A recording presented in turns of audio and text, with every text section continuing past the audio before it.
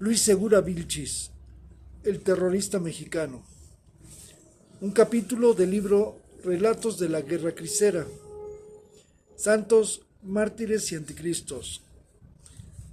Un libro que fue editado por la editorial Agua Escondida Ediciones en su primera edición en enero de 2023. En su colección Ensayos, serie Literatura Mexicana Contemporánea. Luis Segura Vilchis, el terrorista mexicano. Ingeniero topógrafo de profesión, miembro de la Asociación Católica de la Juventud Mexicana, ACJM, y jefe militar de la Liga Nacional Defensora de la Libertad Religiosa, LNDLR, en el Distrito Federal, durante el conflicto religioso armado. Luis Segura Vilchis fue además un terrorista. Se propuso asesinar al general Álvaro Obregón y para ello pretendió hacer volar un tren donde viajaba el caudillo y en otra ocasión arrojó bombas al auto del político sonorense. Sus intentos fueron fallidos. En el segundo fue detenido, confesó su culpabilidad y fue pasado por las armas el 23 de noviembre de 1927 junto con sus cómplices. Luis Segura Vilchis nació el 23 de abril de 1903 en Piedras Negras, Coahuila. Huérfano de padre, se mudó a la Ciudad de México, donde recibió una educación marista. Siendo muy joven, se unió a la ACJM cuando ya se veía venir el conflicto religioso y con tan solo 23 años de edad fue designado jefe del control militar en el Distrito Federal por la LNDLR en 1926. Según el historiador Mario Ramírez, las funciones de Segura Vilchis en este puesto eran preparar levantamientos armados, fabricar bombas, conseguir armas, parque y toda clase de provisiones para los cristeros. Dos cosas siguió al pie de la letra: la fabricación de bombas y dotar de armas y municiones al ejército cristero. El ingeniero Segura Vilchis trabajaba para la Compañía de Luz y Fuerza Motriz, al mismo tiempo que cumplía con sus deberes como jefe del control militar de la Liga. Rentaba casas en distintos puntos de la ciudad para almacenar armamento, e incluso tenía un expendio de huevo, queso y mantequilla, que en verdad servía para guardar armas, y se asegura que ahí, en ese mismo lugar, llegó a juntar 7,000 cartuchos de rifle. Además, utilizaba el tren que llevaba y traía a la capital las cajas de huevo para mandar y recibir rifles y balas. Tuvo casas de almacenamiento en Tacuba, Mixcoac y Centro Histórico. La que estaba en la calle de Madero número 1 la bautizó como la Casa de Troya. Los fondos para las armas y el parque los obtenía con la Unión de Damas Católicas de México. En febrero de 1927, en la Casa de Troya, se reunió con el padre Miguel Agustín Pro, el hermano de Humberto, Juan Tirado y Nahum Lamberto Ruiz. Ahí decidieron que debían asesinar al general Álvaro Obregón. Ya después se lo comunicaron a la Liga Nacional Defensora de la Libertad de las Religiones, que tajantemente rechazó esa idea, pero no hizo nada para convencerlos de que no lo hicieran. Así que el ingeniero Segura Vilchis siguió con sus planes para cometer el magnicidio. A finales de marzo de 1927 se enteraron que el general Obregón saldría de la Ciudad de México a Sonora en ferrocarril. Segura Vilchis propuso a sus secuaces poner bombas en el puente de Tlalpan para hacer volar el tren. Comenzaron a fabricar los artefactos explosivos y 2 días antes se dirigieron al sitio elegido. Transportaron las bombas en costales con plantas para no ser descubiertos. Las colocaron el 2 de abril y solo esperaban que pasara el tren para hacerlas estallar. Entretanto, en la estación Colonia del Distrito Federal, el mismísimo presidente Plutarco Elías Calles despedía a Obregón. En ese momento se decidió que el exmandatario no abordara un tren militar, sino que viajara en uno comercial, lleno de civiles. De todo esto se percató uno de los cómplices de Segura Vilchis, así que tomó un auto y a toda velocidad se dirigió a Tlalnepantla, donde alcanzó a llegar a tiempo para que no fueran activadas las bombas. Después de esto, la Liga llamó a Segura Vilchis y, según el padre Lauro López Beltrán, le preguntaron que si aún estaba dispuesto a realizar el magnicidio, a lo que el ingeniero topógrafo, sin titubeos, contestó afirmativamente. Para el mismo sacerdote había una justificación. Segura Vilchis estaba convencido que al asesinar a Obregón se podría conseguir la reforma de la Constitución y que la sociedad cristiana mexicana viviera en paz. Así que puso manos a la obra. Fue a Guadalajara a reclutar a un chofer. José González le ordenó a Humberto Pro alquilar otra casa para fabricar las bombas que utilizarían y conseguir un auto. El padre Miguel Agustín Pro participó en los planes para la ejecución del atentado y Nahum Lamberto Ruiz y Juan Tirado arrojarían las bombas al general Obregón. De estos dos últimos, López Beltrán asegura que eran dos muchachos que adoraban a Cristo, que amaban con pasión la libertad de la iglesia. Llegó el día 13 de noviembre de 1927. En la estación Colonia de la Ciudad de México arribó el general Álvaro Obregón. Juan González, Luis Segura Vilchis, Humberto Pro, Nahum Lamberto Ruiz y Juan Tirado estaban con 3 bombas dentro de un auto Excess de placas 10101. Fue imposible llevar a cabo el plan por la cantidad de gente que estuvo para recibir al estadista sonorense. Así que los conspiradores siguieron el auto del general, que se dirigió a Tacubaya, a la avenida Jalisco, donde tenía su domicilio. Alguien sugirió arrojar las bombas a la casa, pero Segura Vilchis desechó la idea. De pronto salió Obregón en su auto y uno más con su escolta rumbo a Chapultepec. Acudiría esa tarde a la corrida de toros, pero antes, ya que había tiempo, daría un paseo en el bosque. Ahí el Excel se emparejó al Ford del político. Segura Vilchis se bajó del vehículo y arrojó una de las bombas. Tirado y Ruiz hicieron lo propio y después huyeron. Al general no le pasó nada. Solo fue salpicado por los cristales de su auto. Su guardia personal persiguió a los terroristas que circulan por Paseo de la Reforma, dan vuelta en la glorieta de la Independencia rumbo a Insurgentes, chocan con otro auto. Luis Segura Vilchis se echa a correr a Chapultepec, logrando huir, no así sus cómplices. Uno recibe un balazo, Ruiz, y el otro es detenido, Tirado Arias, mientras pretendía escapar. Por increíble que parezca, Álvaro Obregón y Luis Segura Vilchis, minutos después del atentado, acudieron a la plaza de toros El Toreo. El jefe del control militar de la Liga se acercó al general sonorense y sostuvieron el siguiente diálogo. ¿Qué pasa, mi general? Un atentado de los fanáticos.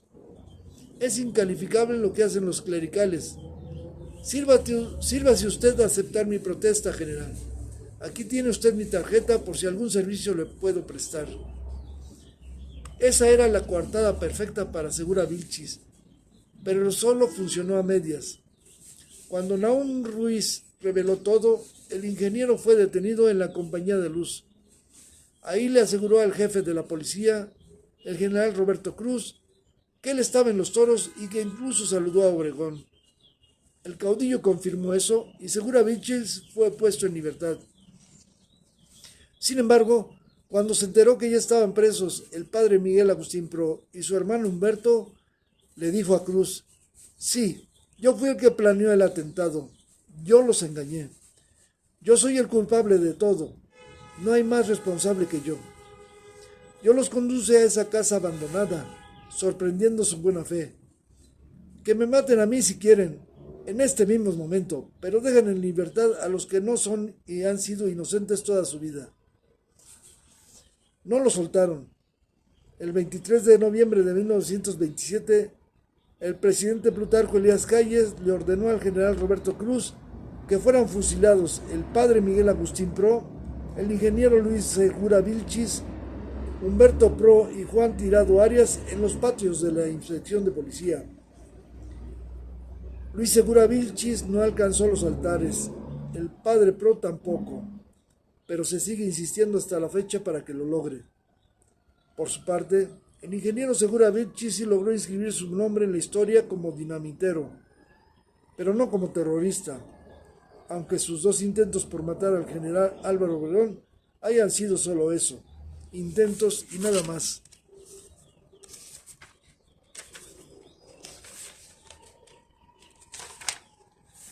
Los sepelios de los dinamiteros mexicanos. El 23 de noviembre de 1927, el padre Miguel Agustín Pro Juárez, su hermano Humberto Pro Juárez, el ingeniero Luis Segura Vilchis y Juan Tirado fueron pasados por las armas en la inspección de policía del Distrito Federal por su participación en el atentado dinamitero en Chapultepec contra el general Álvaro Obregón. Pero el primero era la realización de su sueño. Para el primero era la realización de su sueño, morir por la causa de la Iglesia para ser santo, aspiración que aún no consigue. Solo es reconocido como beato de la Iglesia Católica. En cambio, Juan Tirado, sin proponérselo, fue proclamado mártir. El día de su entierro, el 25 de noviembre de 1927, fue un acto que fue descrito como masivo y calificado como preciosísimo. En el fondo, José Mora del Archivo Histórico del Arzobispado de México, AHAM, existe un documento con la descripción detallada de los sepelios del padre Pro, su hermano Humberto, de Segura Vilchis y de Juan Tirado. No tiene fecha ni está firmado.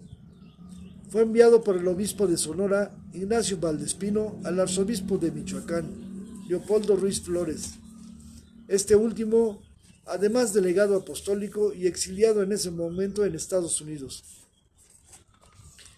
Casi la mitad del documento se refiere al sepelio de Tirado, y ahí observamos cómo el pueblo despidió a ese joven humilde que, a bordo de un auto, acompañado por Humberto Pro y Segura Vilchis, le arrojó 3 bombas al general Obregón. Después del fusilamiento, a cargo del temible inspector de policía Roberto Cruz, los 4 cuerpos fueron llevados al hospital militar. Se tuvo que improvisar una valla, pues la gente, el pueblo, quería estar cerca de los cadáveres. Los cuerpos de Miguel Agustín y Humberto Pro fueron reconocidos por su padre, una de sus hermanas y la monja Concepción Acevedo de la Yata, la madre Conchita. El cuerpo de Segura Vilchis, el terrorista mexicano, como lo llamó el historiador Fernando González, fue recogido también por sus familiares, mientras que el cadáver de Juan Tirado fue reconocido y reclamado por su familia hasta un día después. El 24 de noviembre fueron sepultados los hermanos Pro Juárez. Habían sido velados en su propio domicilio en la calle de Pánuco número 58. A las 15 horas llegaron ahí 2 carrozas, Olimpia Blanca y Olimpia Negra, que, según Excelsior, fueron enviadas por la agencia Galloso, además de 2 camiones para los arreglos florales y 3 para los dolientes. El padre Pro fue trasladado en la Olimpia Blanca y Humberto en la Negra. A la vanguardia del cortejo se colocaron Miguel Pro, su padre, y sus hijos Edmundo y Belén. Marcharon por la calle de Rin, Paseo de la Reforma y Calzada de Tacubaya. El documento de la AHAM dice que acudieron cuando menos 10,000 personas. Hay quien calcula un mayor número, 40,000. Las fuentes periodísticas relatan que la carroza con el cuerpo del padre Pro se detuvo en el rancho La Hormiga, sacaron el féretro y siguieron rumbo al Panteón de Dolores a pie cargándolo, turnándose de 6 en 6. La gente alrededor acompañó todo el trayecto rezando el rosario. Hubo además aclamaciones a Cristo Rey y a los mártires, al Papa, al episcopado mexicano. Hubo que realizar una valla de hombres para detener a las mujeres que querían acercarse al cuerpo. La fuente eclesiástica afirma que salían familias a los balcones de sus casas y muchísimas personas derramaban lágrimas. Y calificó así el acto en conjunto. La solemnidad de este entierro fue indescriptible. Ya en el Panteón de Dolores, el primero en ser enterrado fue Miguel Agustín Pro Juárez, en una sepultura propiedad de la Mitra, que, según el Universal, era para enterrar a altos dignatarios. A las 17:15 bajó su cuerpo a la fosa. Después fue cubierto por tierra y sellado. Luego le colocaron encima los arreglos florales. Unos metros más adelante, en una fosa de segunda clase, fue sepultado Humberto Pro Juárez. Ese mismo día, 24 de noviembre de 1927, pero más temprano, fue sepultado el ingeniero Luis Segura Vilchis, autor intelectual y material del atentado dinamitero contra Álvaro Obregón. El documento del Fondo José Mora asegura al respecto: asistió numerosísima concurrencia, pero ignoro los detalles porque nadie ha podido dármelos. Las fuentes periodísticas revelan que el ingeniero fue sepultado en el Tepeyac, muy cerca de la Basílica de Guadalupe, que en efecto fue mucha gente, sobre todo mujeres. De hecho, el cortejo fue encabezado por Carlota Vilchis, viuda de Segura, y Carlota Segura Vilchis, madre y hermana del occiso. Del trayecto de su casa al panteón, la comitiva caminó al lado del cuerpo con flores en la mano, que después depositarían en la tumba del hombre, que por lo menos realizó 3 atentados para quitarle la vida al caudillo.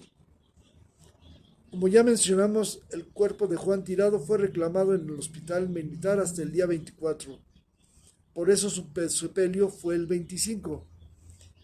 De ahí fue llevado a su casa, una paupérrima cabaña donde vivía el pobrecito, en la prolongación del Dr. Balmis, Colonia Obrera, en el lote 35 de la manzana 85. La cabaña fue cubierta de arreglos florales y el cadáver fue expuesto a los vecinos. Según la fuente eclesiástica, el cuerpo de Juan Tirado aún derramaba sangre por los orificios de las balas. La gente utilizaba sus pañuelos para limpiarlo. Y en una falta de consideración, movían el cadáver para que le saliera más sangre. Esto último es un error. No era por falta de consideración, no, de ninguna manera. Para el pueblo católico, Juan Tirado ya era un mártir de la guerra cristera y, como la madre Conchita hizo con el padre Pro, la intención de mojar su pañuelo con sangre era para conservar sangre de un mártir, de un santo.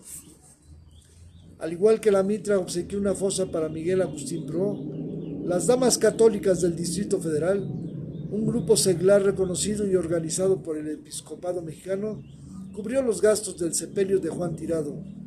Así, a su humilde domicilio llegaron la carroza Olimpia Negra, 2 carros para los arreglos florales y 2 para los dolientes. El Universal afirma que la familia no aceptó la carroza y la gente cargó el autobús desde la Colonia Obrera hasta el Panteón de Dolores. Es aquí cuando el documento del AHAM es más detallista.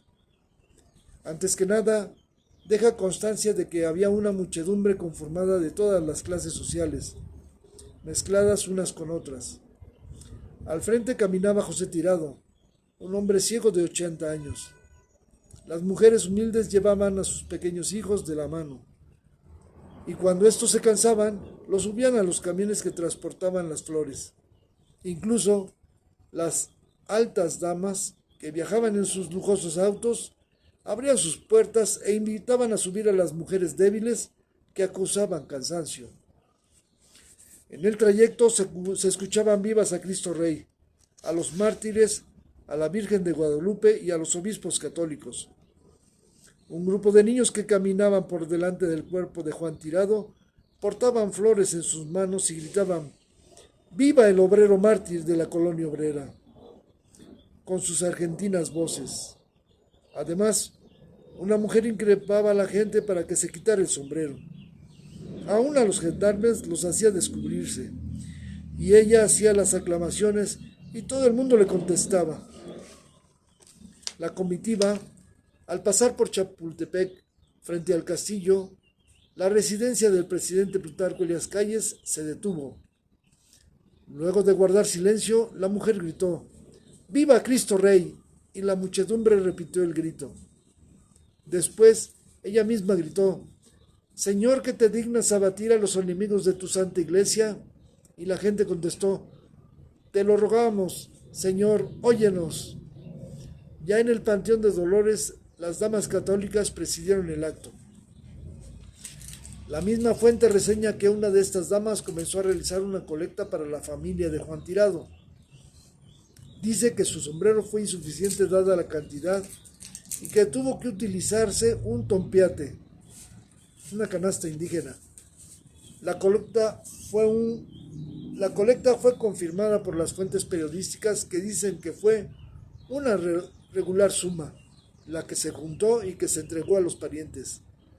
Sin embargo, en el documento del AHAM se afirma que la policía detuvo y se llevó a la dama que hizo la colecta con todo y el dinero. Desde luego, los obreros se precipitaron en su defensa. Ya en la comandancia, los obreros abrieron la puerta a la fuerza, la policía los amenazó con pistola en mano y ellos contestaban: ¡mátenos! Pero no nos retiraremos. La policía ofreció la libertad de la dama, pero no del dinero, la cual obtuvo como respuesta un jamás. ¿Por qué nos han de robar? Ya estamos cansados de que nos roben. Al final, la dama fue puesta en libertad con todo y la colecta, la que se dirigió a la que fue la humilde casa de Juan Tirado y entregó el dinero a sus parientes. ¿Cuánto se reunió? Unos dicen que 800 pesos, otros que 500, pero debió ser menos, porque eran monedas de poco valor, como las que pueden dar los pobres. Miguel Agustín Pro Juárez sigue su búsqueda por los altares, beatificado en 1988. Sus seguidores quieren santificarlo. Luis Segura Vilchis y Humberto Pro Juárez son protagonistas de los hechos ocurridos en México durante la Guerra Cristera. En un lugar más modesto aparece Juan Tirado, el obrero que fue aclamado por una multitud como mártir el día en que fue sepultado luego de su fusilamiento por ser cómplice en el atentado dinamitero contra Álvaro Obregón.